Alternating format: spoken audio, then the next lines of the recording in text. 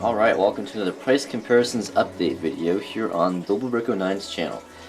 And today we're updating the $16 to $30 range of Hobbit / LOTR LEGO sets, and that update is Attack on Lake Town. It's the second smallest set in the new Hobbit Battle of the Five Armies wave, and by the way, the current victor is Dol Guldur Ambush, which is right there. Comes with Beorn, 2 Gundabad orcs, and a cool little structure with lots of functions. But today, we'll attack on Lake Town Beat It. Now, some other sets in this category include Council of Elrond, which is great for display, not so great and for build as well, but for play there's nothing there, so I couldn't give that the victory. We had Shelob Attacks, which was a very, very close second or third, because you got 3 great minifigures and a giant spider. Also, we have, I'm looking, Uruk-hai Army, pretty good set. I just couldn't give it the win though. It was lacking something. I couldn't quite place my finger on it, but it was lacking a little something there. And there's Escape from Mirkwood Spiders, pretty good set, but it definitely has its flaws for sure. Mirkwood Elf Army, which I would probably still say is one of the worst Hobbit / Lord of the Rings sets to ever have come out. And I think there's one more. No, because I already mentioned Dol Guldur Ambush. So that is where we stand. Dol Guldur Ambush in first, and probably Shelob Attacks in second. But we'll attack on Lake Town Beat It today. I guess we'll find out. But first, let me show you quickly what it contains, do a brief mini review, and then we'll get to my thoughts. So it retails for $30, so it's on the high end of our scale, but really there's only a couple of $20 sets in this category. They're almost all $30. And we get 5 minifigures, all of which have something different about them, if they're not completely exclusive. So we get 2 Hunter Orcs with new faces and hairpieces. I like the hairpiece. One thing that LEGO has done a very good job of is giving us varied orcs.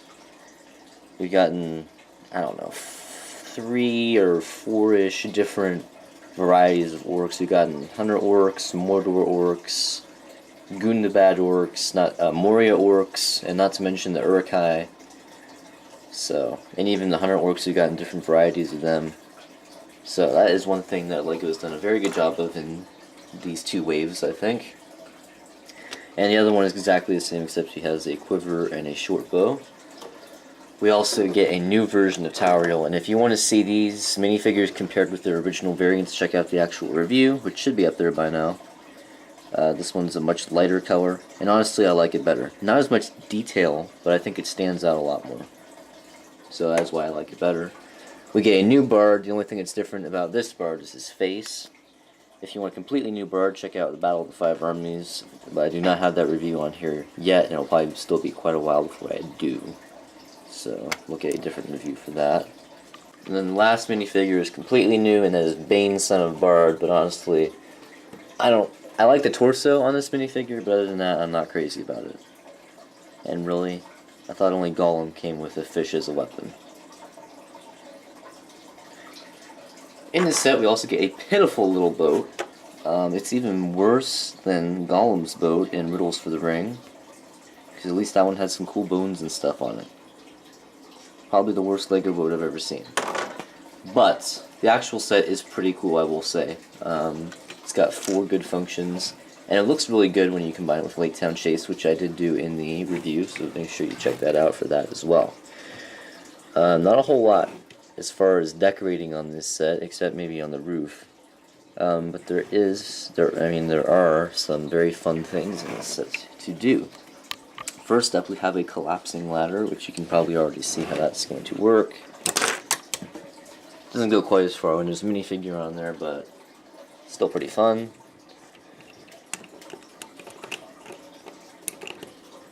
On there, yeah, you can see nothing really inside there. We also get a little swinging barrel, and you can also move that up and down.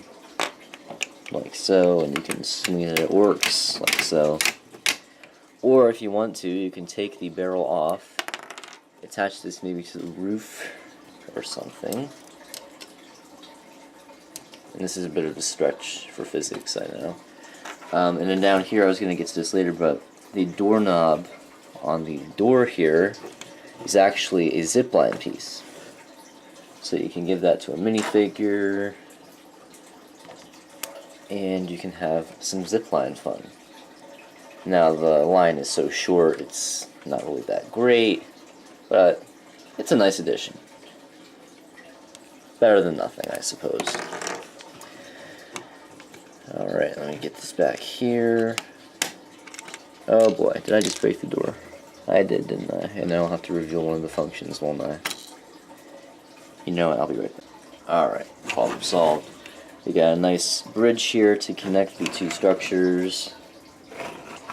Then over here are where the two main functions are. Over here, if you open this door, you're going to have a nasty surprise.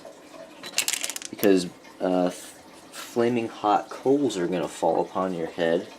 And you'll probably have to visit the primitive Middle-earth hospital, if they even have a primitive hospital in Middle-earth, which I don't know about. Tolkien never mentions hospitals, except for the Houses of Healing, of course, which, no, that's not exactly a hospital compared to today's standards. So that's pretty fun.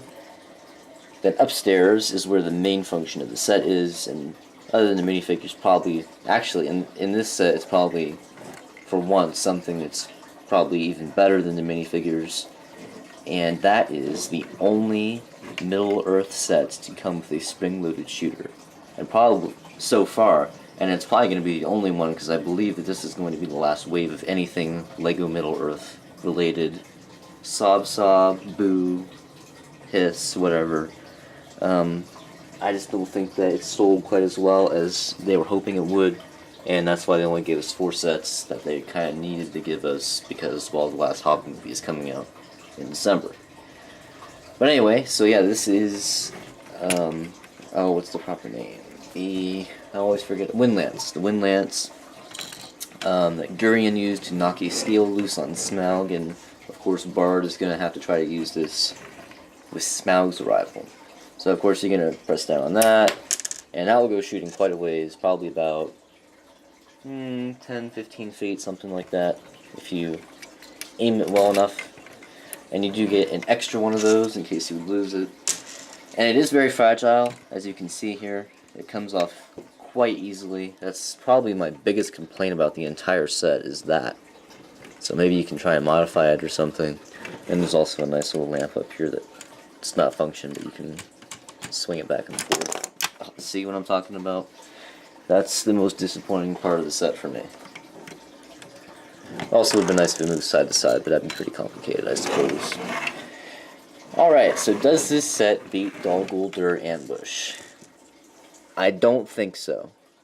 Just by a little bit, I think Dol Guldur Ambush wins. Why? Well, that was a $20 set. It's $10 cheaper.